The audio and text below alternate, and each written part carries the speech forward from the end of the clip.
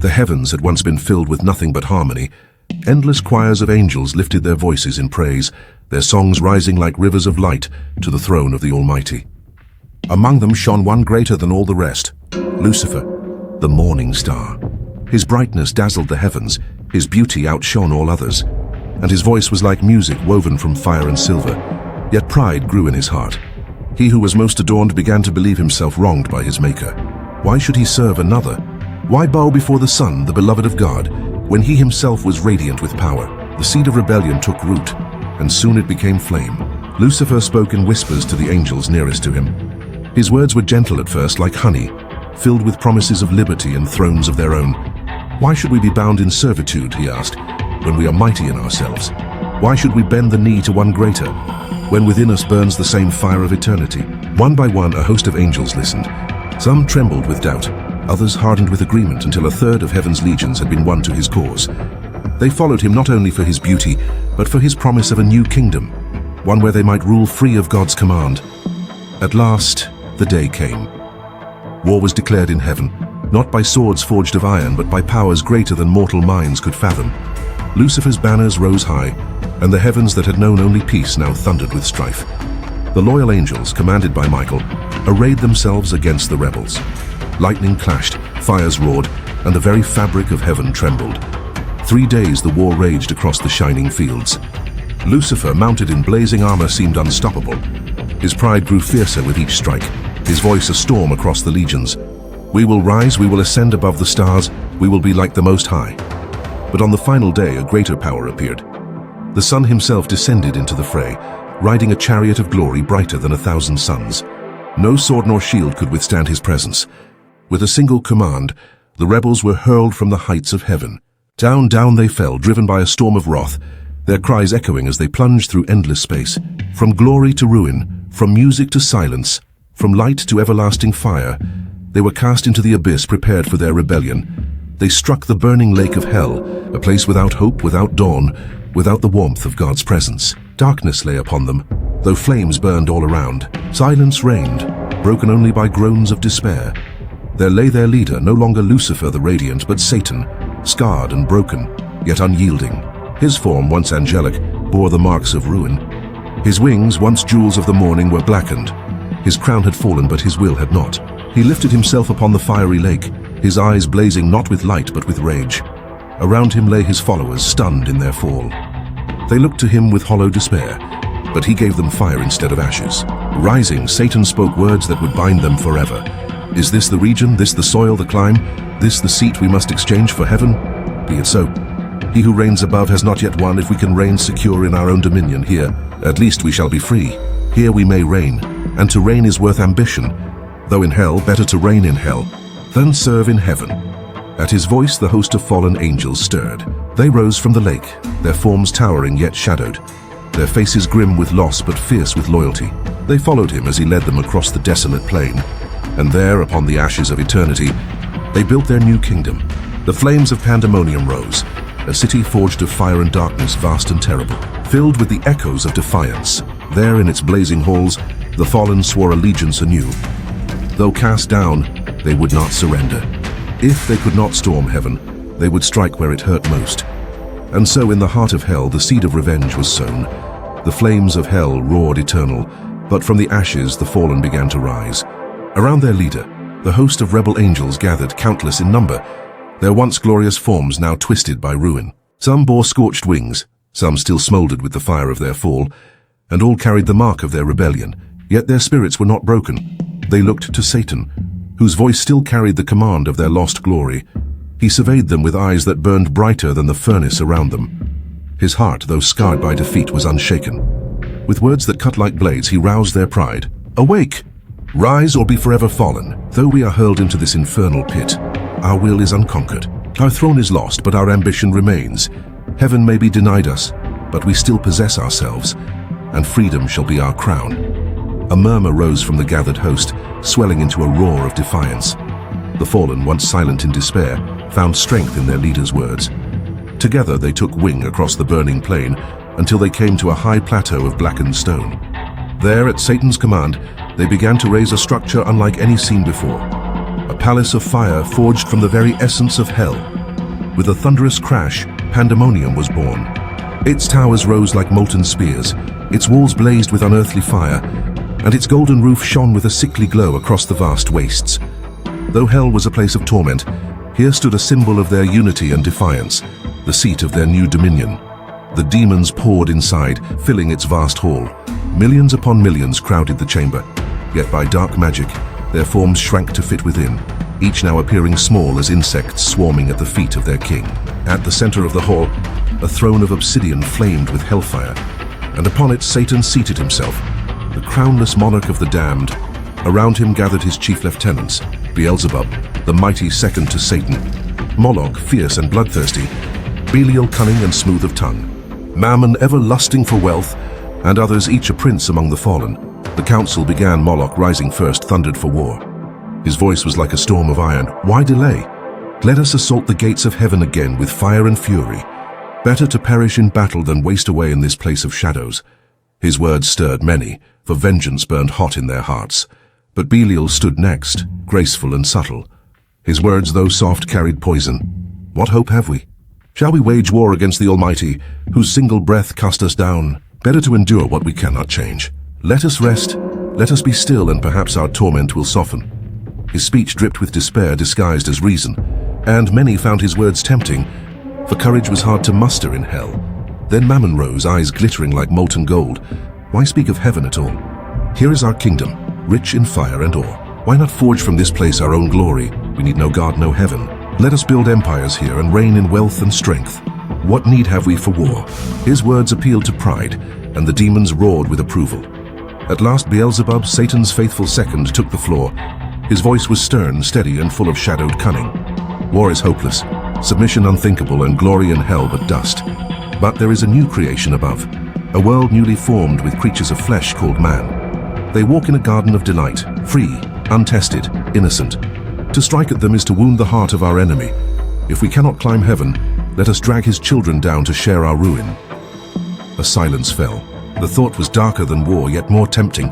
Eyes turned to Satan, awaiting his word. He rose slowly, his presence filling the chamber. Fire glimmered in his gaze, not of hope but of malice sharpened into purpose. Beelzebub speaks true. In man we may find our revenge.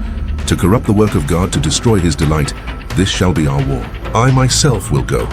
Alone I shall cross the gulf, pass through chaos and find the world he loves. There I will strike. The hall erupted in cries, a storm of wings and voices, half in fear, half in exultation. The council was ended. The plan was set, and so with hell's eyes upon him, Satan prepared for his dreadful journey. Beyond the walls of pandemonium, across the burning sea of fire, the gates of hell awaited, guarded by horrors even he had yet to face. But in his heart he swore he would not rest until mankind fell. The council of pandemonium had ended, and silence spread across the infernal plain. The echoes of rebellion still lingered in the burning air, but now every eye turned toward the one who had vowed to act.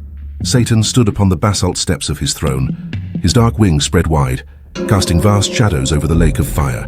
The light that burned from him was not divine, but forged from pride and defiance, the last flicker of his once celestial glory. Around him, the legions of the damned bowed their heads, watching their leader prepare for a journey no spirit had dared before. The plan was madness, to cross the boundary of hell itself, to enter the unshaped void beyond creation, to seek the newborn world where man walked in innocence. Yet madness was a crown Satan wore with pride. He would rather perish in the dark than linger forever in chains of despair. He called to Beelzebub, his most loyal companion, and the two walked together to the edge of the fiery realm. The air thickened with smoke. The rivers of flame hissed and boiled as they passed. Ahead, beyond the horizon of ruin, there stood the gates of hell. They were vast beyond measure, pillars of adamantine reaching into the dark, bound with colossal chains that clanged like thunder when the fires shifted. Upon the gate sat two figures, ancient and dreadful, whose forms seemed born of nightmare. One was a woman, yet not as any mortal woman could be. Her body shimmered with unnatural beauty, but beneath the illusion writhed serpents coiled around her waist. From her middle gaped a wound that never healed, from which slithered shapes of living horror, the brood of her torment.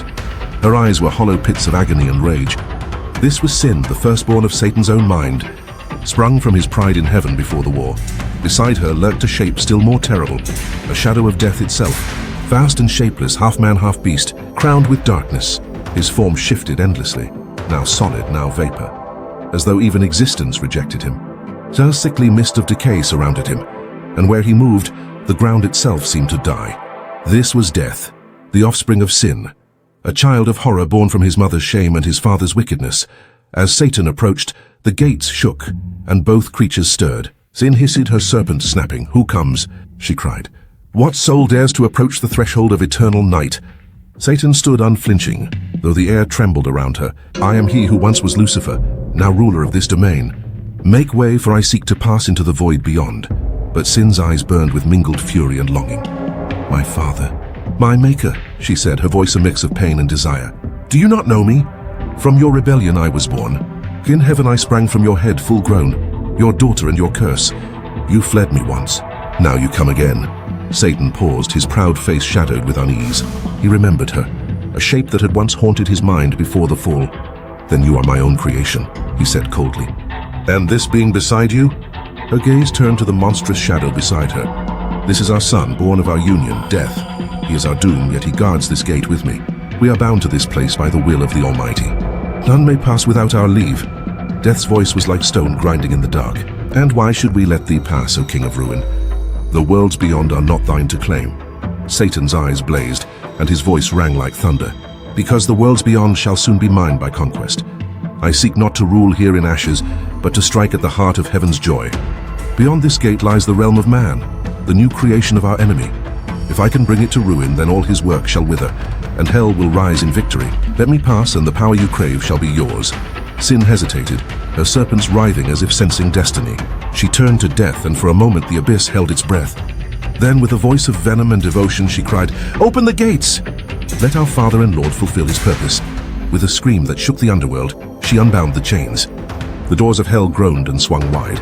From beyond came a wind like no other, not fire nor ice, but the breath of chaos, the realm before creation, where elements warred and darkness was endless. Satan stepped forward, the storm lashing at his wings. Behind him, sin and death watched with hunger in their eyes, for they sensed that his mission would soon feed them both. The moment he crossed the threshold, the gates slammed shut with a sound like the breaking of worlds. Satan was alone now, adrift in a sea of shapeless matter, where thunder rolled without sky and lightning danced without fire. The air itself screamed, for it was not yet formed. Through whirlwinds and shadows, Satan pressed on. Every step was agony, every flight through the void a struggle against the storm of unbeing. Yet his pride was his compass and his hatred his light. At last, far off in the chaos, he glimpsed a faint glimmer, a golden sphere suspended in darkness, radiant and still. It was the newborn world, the jewel of God's creation, surrounded by the glow of heaven. Satan spread his wings wide and smiled, a smile cold as the void. "There," he whispered, "there lies the world that shall be mine." And with a roar that echoed through eternity, he plunged toward the light. Far beyond the darkness through which Satan flew, the heavens blazed in peace. The throne of God shone brighter than all suns combined, its light spilling into the void like the music of creation itself. Around it moved the hosts of heaven, angels clothed in radiance, their voices joined in endless hymns of love and awe. In that boundless glory, God beheld the work of his hands. Where once there had been only the raw storm of chaos, now order had been spoken into being. By his word, light had been divided from darkness, sea from sky, land from water. Stars had been scattered like seeds across the firmament, and suns set blazing in their paths. The earth, suspended in the vault of heaven, glowed with the freshness of dawn, and upon this world he planted a garden. It lay in the east, a place of beauty so perfect that even the angels who watched marveled at its peace. Rivers ran like silver veins through meadows of green. Flowers opened to the light of a sun newly born, and trees reached toward heaven, their leaves whispering praises in the wind. The air was gentle and pure, carrying the scent of creation's first breath. This was Eden, the garden of delight, the crown of the world. Then came the hour for God's final act, the one that would bear his own likeness.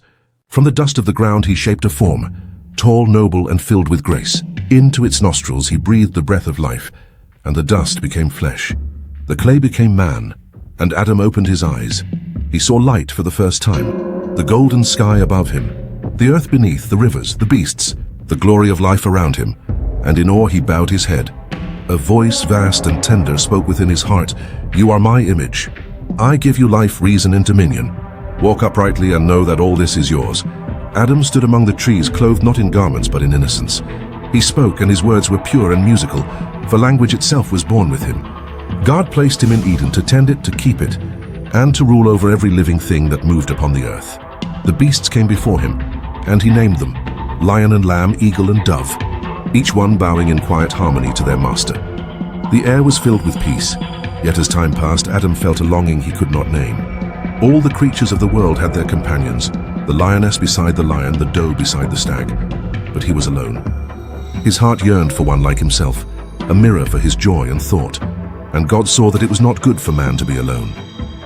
As Adam slept beneath the shade of the tree of life, a deep dream fell upon him, a dream woven by the hand of God. From his side the Creator drew forth a rib and, with divine care, fashioned it into a second being. When Adam awoke, she stood before him, radiant, graceful, the perfect reflection of his soul. "Bone of my bone," he whispered in wonder. "Flesh of my flesh."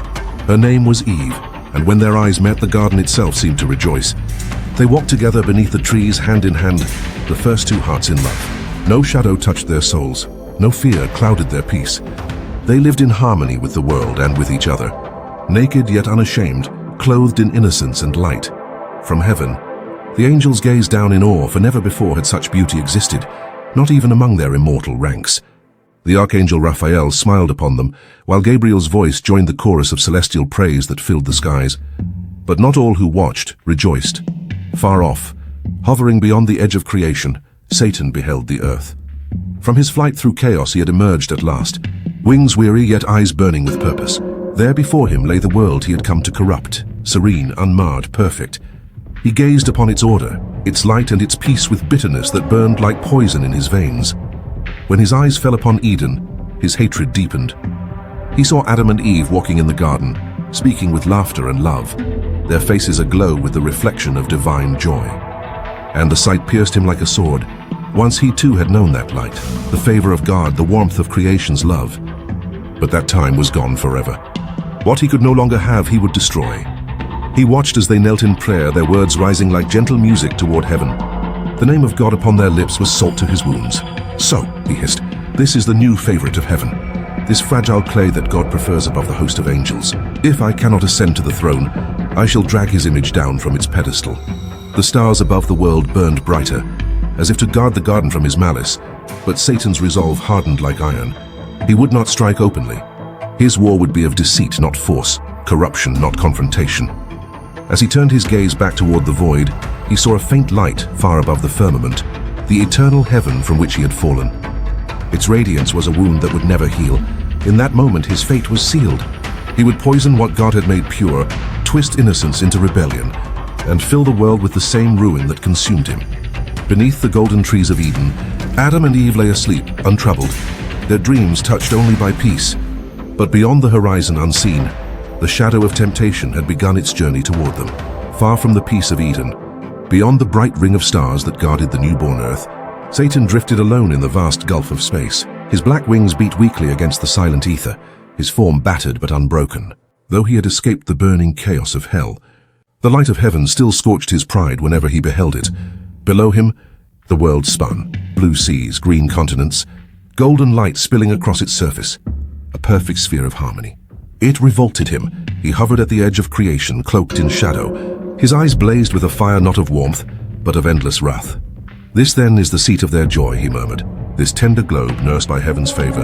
A place where obedience reigns and God is praised. By creatures of dust." A bitter laugh escaped him. Dust. And yet to these frail things he gives dominion over all. To them he gives his image, his voice, his favor. All that I once possessed. No, I will not suffer it. Hatred surged through him, sharp and alive, more potent than any flame in hell. He longed to strike, to see this paradise marred, to taste again the sweetness of revenge. Yet brute force could not win here. The gates of heaven were closed to him, and the world was guarded by watchful eyes. He needed cunning. As he circled the globe, he saw the radiance of Eden shining like a jewel. From its heart rose a mist of gold, the breath of every flower and fruit, the fragrance of creation's innocence. He could hear faintly the laughter of the first man and woman, the murmur of rivers, the rustle of peace. It tore at his soul.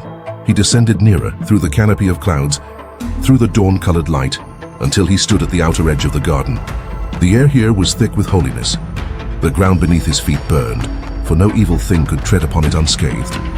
But still he lingered, hiding among the shadows of the hills, his envy devouring him like fire. From a distance he beheld Adam and Eve walking among the trees. They spoke softly, their words filled with love and wonder. Eve's hair caught the sunlight like threads of gold, and Adam's face shone with strength and grace. They moved in perfect union, the living image of what he had lost and what he could never again become. Satan clenched his hands. "Behold them," he whispered. "These two who walk as if the world itself were theirs. They know nothing of loss, of pain, of the fire that consumes the proud. I will teach them." He watched as they knelt by a stream, giving thanks to the Creator for the beauty around them. The name of God on their lips stung him like iron. Praise, he spat. Praise for what? For a life lived in ignorance? For servitude masked as bliss?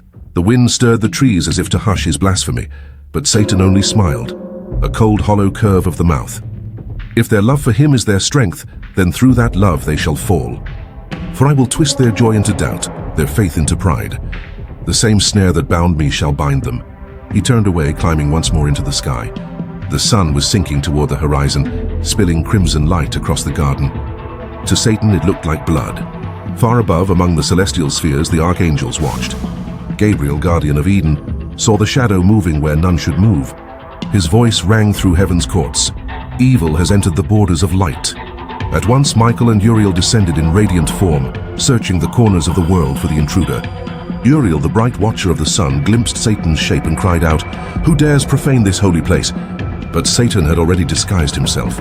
Taking on the form of a lesser angel, he approached Uriel with deceit upon his tongue. "Hail, bright spirit," he said with false reverence. "I come as a humble servant, sent to admire this wondrous new creation. Tell me, I pray, where dwell the beings formed in God's image, that I might behold his work and rejoice in it." Uriel, pure of heart and unsuspecting of guile, answered gladly, "Behold, in the east lies Eden, the garden of joy. There dwell the man and woman, whom our Lord made Lord over all living things. Go and bless them with your song." Satan bowed low, concealing his wicked smile. "My thanks, bright herald of heaven." And so, guided by angelic words, the Prince of Darkness made his way to the gates of paradise. The paths before him glowed with the light of God's glory, but he pressed on, his heart hardened against all goodness. Night fell. The stars unfolded across the sky, and the garden lay bathed in silver light. Adam and Eve slept beneath the boughs of the tree of life, their dreams soft and serene. But in the shadow beyond the wall, a darker dream took shape. Satan stood gazing through the leaves, his eyes reflecting the moon's pale glow. Around him, the air shimmered faintly, resisting his presence. For even the dust of Eden refused to welcome him. He whispered to himself, "Low and venomous, here beneath these gentle stars, begins the ruin of man." The serpent rustled nearby, coiled beneath a fig tree, its eyes bright as green glass. Satan looked upon it and saw in its form a vessel of cunning, silent and graceful. A thought stirred in him, dark, perfect, irresistible. He would not strike tonight, nor the next. He would wait, watch, and choose his moment. And when he struck, he would not use power, but persuasion, for the surest road to destruction is through desire. As dawn crept upon the horizon, the first light of morning found Satan still standing at the gates of paradise, watching, plotting, smiling. The fall had not yet begun, but its shadow was already cast. The sun rose over Eden like a golden crown. Morning light poured through the trees, painting the garden in hues of emerald and fire. Rivers glittered like threads of crystal. Birds sang the hymns of dawn. Adam and Eve awoke in each other's arms, smiling at the beauty around them, unaware that beneath the roots of paradise, darkness stirred. In the deep shade of a fig tree, Satan lay hidden. Throughout the night he had watched, waiting, planning. His envy had ripened into purpose, his wrath cooled into cunning. He had found the perfect vessel for his deceit, the serpent, sleek and sinuous, whose beauty and grace were unmatched among the beasts. Its tongue flickered like silver. Its eyes shone with intelligence, a glimmer that Satan's spirit soon made his own. With a whisper of infernal will, he entered the creature's form. The serpent's body stiffened, its scales shivered as the essence of the fallen archangel seeped through it, and when the creature's eyes opened again, they burned with a terrible awareness. The morning breeze stirred the leaves above. Eve had wandered from Adam's side to tend the flowers, humming softly, her face radiant beneath the sun. Adam, ever the guardian, had said gently before she left, "Go not far, my love. The tempter may roam unseen," but she smiled and answered, "Who in this place of peace would seek to harm us?" So she walked alone among the blossoms, her steps light, her heart pure, the image of innocence itself. From the shadow, the serpent watched. It glided toward her silently, moving as though the air itself parted for its passage. Eve turned and beheld the creature with wonder. For never before had she seen a beast so graceful, nor one that looked upon her as if it understood her soul.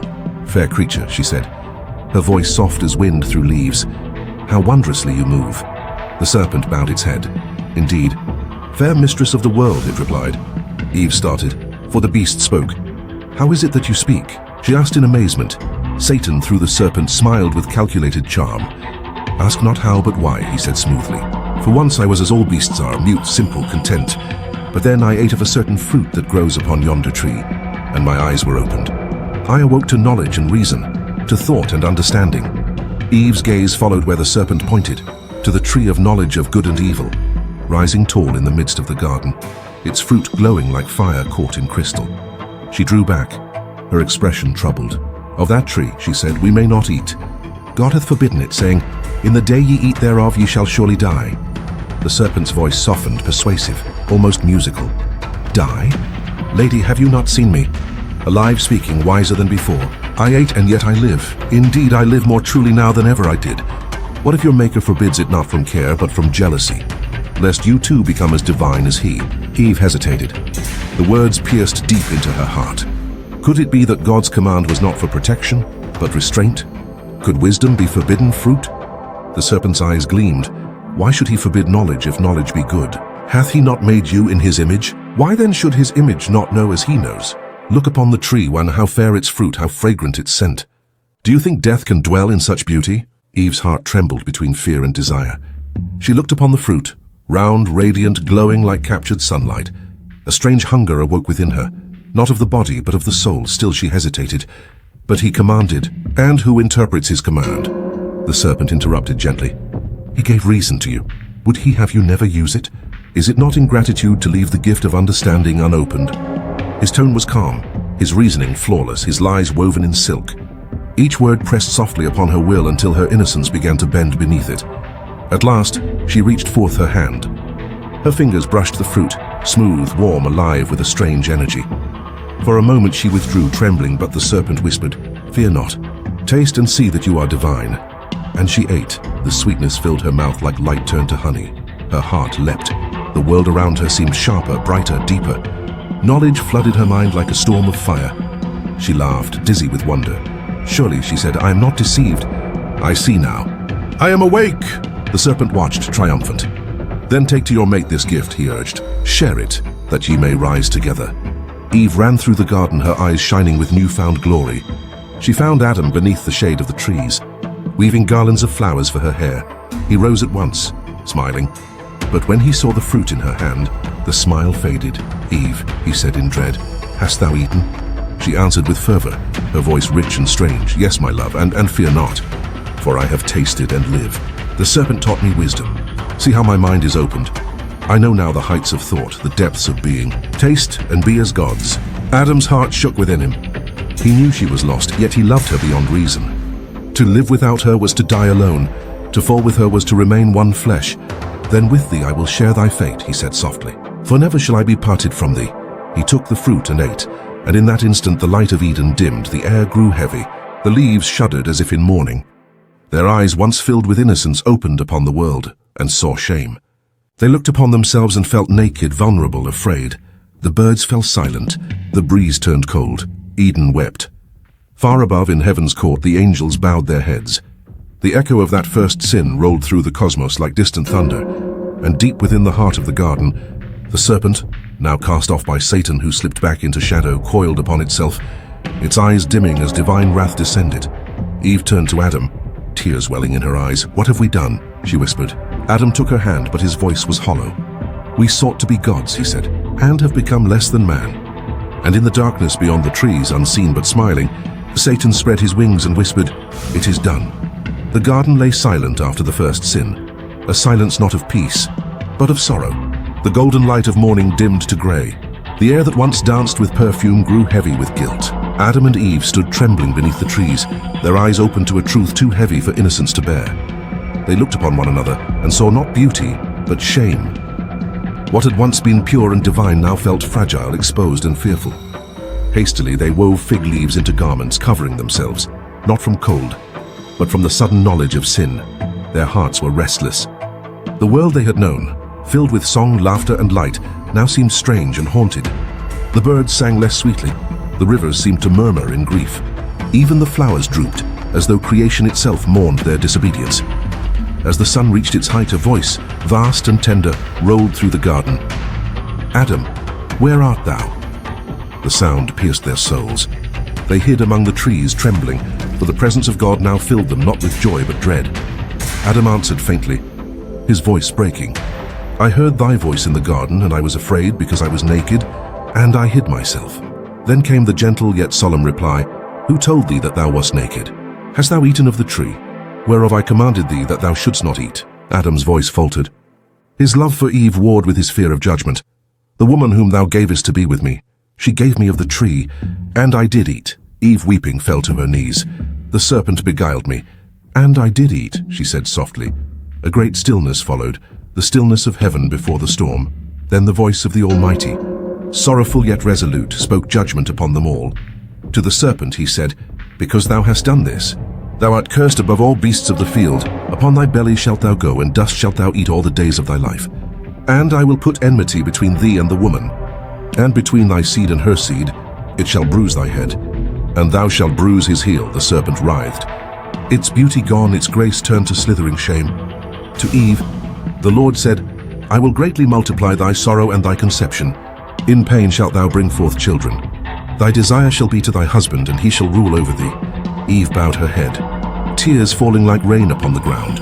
And to Adam, "Because thou hast hearkened unto the voice of thy wife, and hast eaten of the tree which I commanded thee, saying, Thou shalt not eat of it. Cursed is the ground for thy sake. In sorrow shalt thou eat of it all the days of thy life. Thorns and thistles shall it bring forth to thee. By the sweat of thy brow shalt thou eat bread, till thou return unto the ground, for dust thou art, and unto dust shalt thou return." The words hung in the air like thunder, final and unchanging. At the edge of heaven the angels bowed their heads. None rejoiced at the fall. Even justice wept, though her tears were bright as stars. Mercy, standing beside her, whispered to the Father, "Shall they be forever lost?"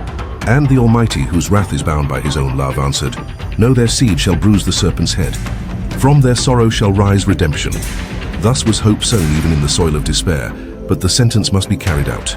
The glory that had clothed Adam and Eve faded. The light that once surrounded them dimmed to mortal hue. Their hearts grew heavy with grief. At God's command, Michael, the great archangel, descended from heaven. His armor shone like the sun through clouds. His face was solemn yet kind. Behind him came a host of angels bearing flaming swords.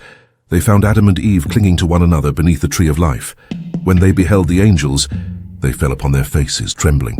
"Rise," said Michael, "and hear your doom." With a voice that carried both sorrow and strength, he declared, "Ye can no longer dwell in Eden. The gate of immortality is closed to you. For your sake, the earth shall bear both fruit and thorn, and you shall live by toil. Yet despair not, for the mercy of heaven shall one day redeem you." Adam looked up, tears burning his eyes. "Shall we then see his face no more?" he asked. Michael's gaze softened. "Not as you once did. But in time your children shall behold his glory again, when grace shall walk among men." The angels drew their swords, their blades burning like living flame. The air trembled. The light of paradise dimmed behind them. Adam and Eve, holding each other's hands, walked slowly toward the gate. Each step felt like the breaking of a world. They turned once more to look upon the garden, their home, their joy, their lost perfection. The rivers gleamed, the trees swayed gently in the wind. The flowers glowed as if bidding them farewell. Eve sobbed softly. "Must we go so far from all that is holy?"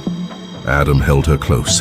"Wherever we go, he shall not forsake us. Though we have lost Eden, we may yet find grace."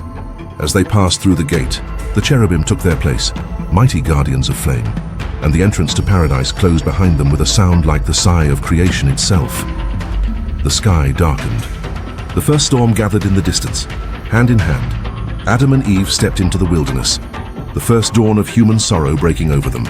Yet above the clouds, unseen, mercy and hope lingered, two soft lights shining faintly through the storm.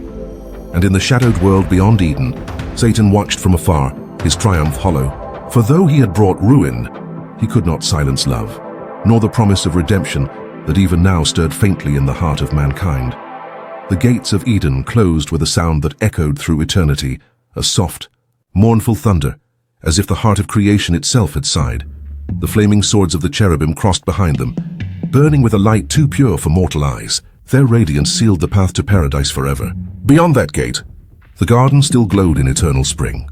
Rivers shimmered, birds sang, flowers bloomed. Yet Adam and Eve could only look back once before the angel's light forced them to turn away. Before them stretched the unknown world. The soil was rough beneath their feet. The air once perfumed with the breath of heaven now tasted of dust. The sky loomed vast and grey, heavy with clouds, the first clouds they had ever seen. Eve clung to Adam's arm, trembling. "Is this the world we are to till?" she whispered. "So cold, so dark." Adam's voice was low, steady, though his heart was breaking. "It is the world we have made, yet even here his mercy abides." They walked on in silence. Each step carried them farther from the light that had once clothed them. The soft grass of Eden gave way to wild ground, thick with thorns and coarse with stone. The sun burned harshly by day and faded to chilling dark by night. For the first time, they felt the ache of hunger, the sting of thirst, the tremor of fear, and yet amid all sorrow, something new was born, a human courage. That night, when the stars unfolded above them, Adam built a fire from fallen branches. The flame flickered uncertainly, but to them it was a miracle, a fragile echo of the light they had lost. They sat close together, watching the fire's dance, its warmth driving back the shadows. Eve spoke softly, tears glistening on her cheeks. "Once we walked beneath eternal day, now night covers us. Tell me, my love, do you think we shall ever see his face again?" Adam looked into the fire, its golden glow reflected in his eyes. He spoke of mercy, he said, "and of one who shall come to bruise the serpent's head. From our seed shall rise a redeemer. Though we have fallen, we are not forsaken." Eve listened, her sorrow easing slightly.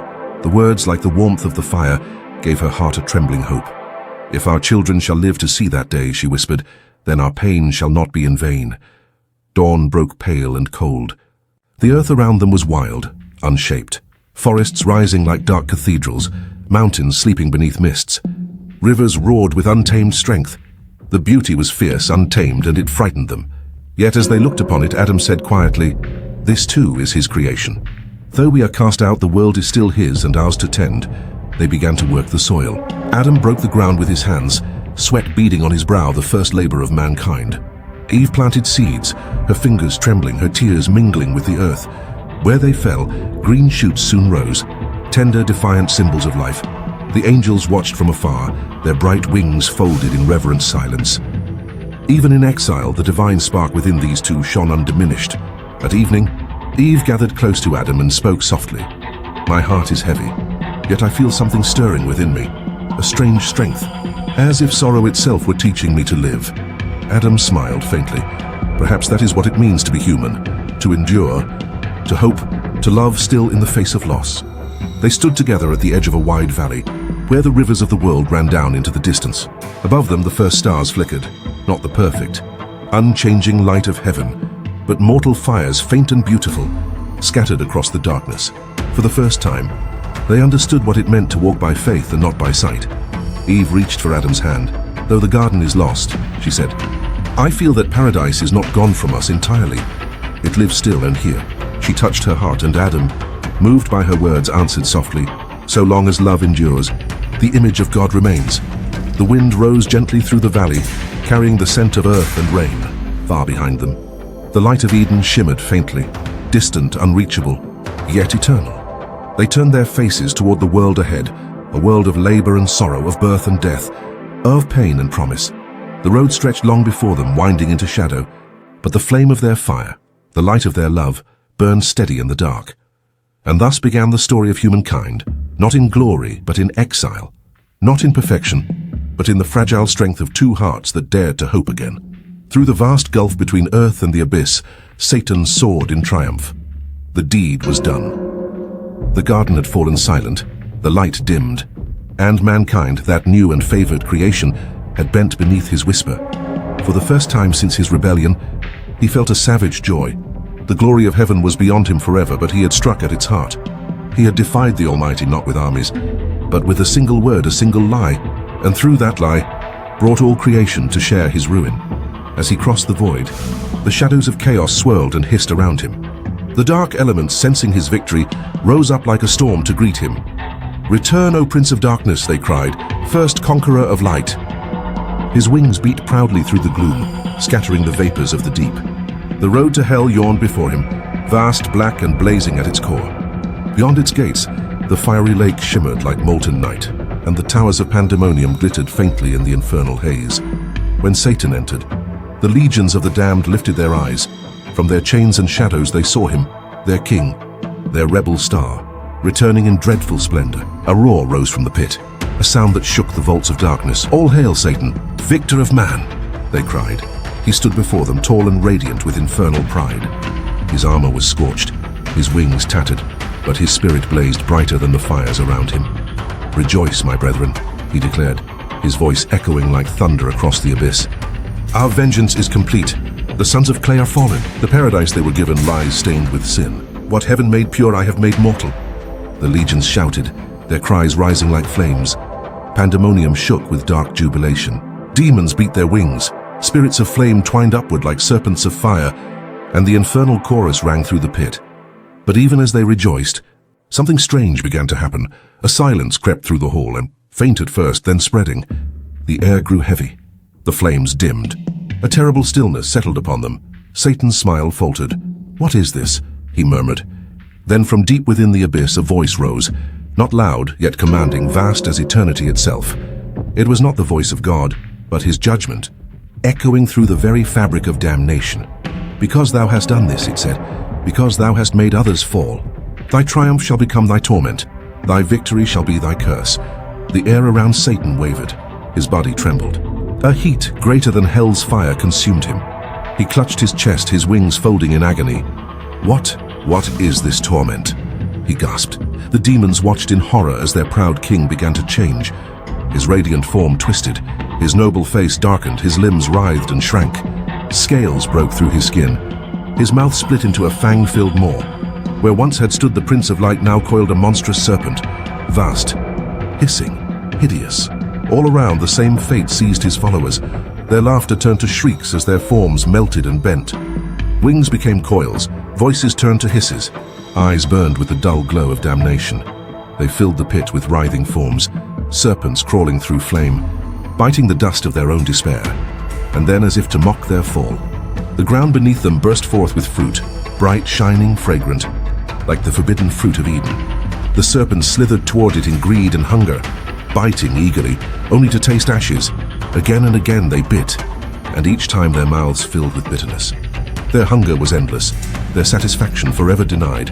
Satan lifted his great head, the hiss of rage escaping his jaws. "Is this then my reward?" he roared. "Is this the price of conquest?" From the darkness a cold whisper replied, "Thine own deed hath shaped thy doom." For a long moment the pit was silent, save for the crackling of eternal flame and the sibilant hiss of serpents. The victory feast had turned to punishment. Then slowly Satan's form began to return. The curse eased, not lifted but reshaped. He stood once more in his fallen glory, yet the memory of the transformation burned into his being like a scar. He looked upon his legions, broken, humiliated, yet still loyal. "Rise," he commanded. "The war is not ended. Though heaven triumphs for a season, yet hell endures. Our empire is built not upon hope, but upon despair, and despair shall never die." His followers, regaining their forms, rose once more. Their cheers were weaker now, their eyes haunted. Yet they followed him still, for in damnation he remained their brightest flame. Satan turned his gaze upward, through the fiery roof of hell, toward the faint light of the world above. "Man," he whispered, "thou art fallen, but through thee I shall yet strike heaven. For your pain shall be my kingdom, and your heart my battlefield." The fire around him flared high, wreathing him in crimson light, and thus, though chained by his own curse, Satan crowned himself once more, not as conqueror of heaven, but as the eternal tyrant of loss. His laughter rolled through the pit, hollow and defiant. In that sound, all the bitterness of the universe took voice, a laughter that no joy could silence, no time could end, and above, far beyond the reach of hell, the stars trembled in their courses. For even in victory, evil had only destroyed itself. Morning broke across the new world, pale and cold, yet filled with quiet majesty. Mist clung to the fields like mourning veils. The river ran silver under the dawn, carrying with it the memory of Eden's rivers, Pison, Gihon, Tigris, Euphrates, flowing now beyond, the reach of paradise. Adam and Eve stood upon a hill overlooking the land that would one day bear their children. They were clothed in garments of animal skin, a gift from God himself, proof that mercy still lived even after judgment. The garments were rough, yet they were sacred, signs of care amid punishment. Eve looked eastward, where faint golden light trembled beyond the clouds. Tears welled in her eyes. How fair the garden was, she whispered. How gentle his presence, and now, this wilderness is our home. Adam took her hand, his voice heavy but resolute. Yet even in this wilderness his promise abides. For though we die, one shall rise from our seed to bring life again, to crush the serpent and redeem what we have lost. He looked toward the sky, where the first rays of sunlight pierced through. The warmth touched his face, and for a moment it seemed as though the light of heaven itself still reached them.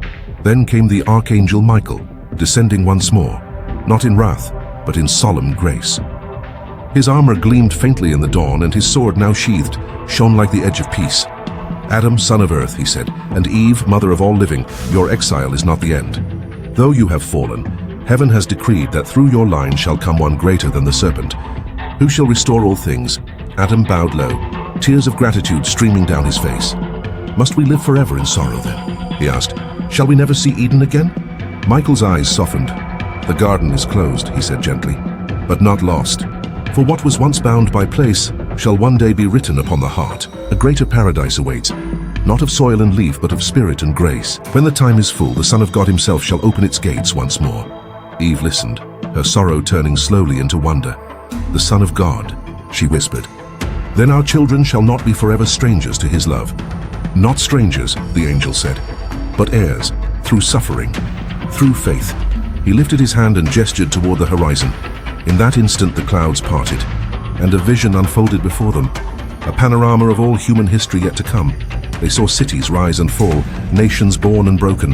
They saw war, hunger and death, but also courage, mercy, and love. They saw prophets walking through deserts, kings singing psalms of repentance, and a virgin bearing a child beneath a star. And then, the vision's heart, they saw a man upon a hill, arms outstretched upon a cross, the heavens darkened around him. From his wounds flowed a light that touched the earth, running like living water through all of time. Eve fell to her knees, overcome. "Oh, Adam," she cried, "say us he suffers for us, for me, that our sin might become the seed of grace." Adam wept beside her. "Then all is not lost," he said. "Our fall shall become the root of salvation. O infinite goodness, what mercy lies beyond all understanding." The vision faded. The light withdrew. The angel's voice grew soft, distant. "Remember what you have seen. Live love and teach your children truth. For though sorrow is your companion, joy shall one day return. The night shall not endure forever." Then Michael ascended, rising back toward heaven until his light vanished among the clouds. Adam and Eve stood silent for a long time, the wind moving gently through the grass. The world stretched vast before them, mountains, valleys, rivers and forests, all untamed, all waiting. Eve spoke at last, her voice trembling but filled with new strength. "Though we are cast out," she said, "I feel within me the stirring of hope, as if even pain itself has been made holy." Adam turned to her, his eyes calm, resolute. "He who brought light from darkness shall bring life from death. Come, my love, our work begins. Let us make of this wilderness a home." They walked down the hill hand in hand, slowly, steadily, into the wide waiting world. Behind them, far away, the gates of Eden shimmered with the light of the cherubim, the flaming swords crossing and uncrossing in eternal watch. As they walked, the sun rose higher. The light touched their faces, and the shadows of their exile grew long behind them. And though the world ahead was filled with toil and tears, a spark of divine fire burned within their hearts, the unquenchable promise that one day paradise would be restored.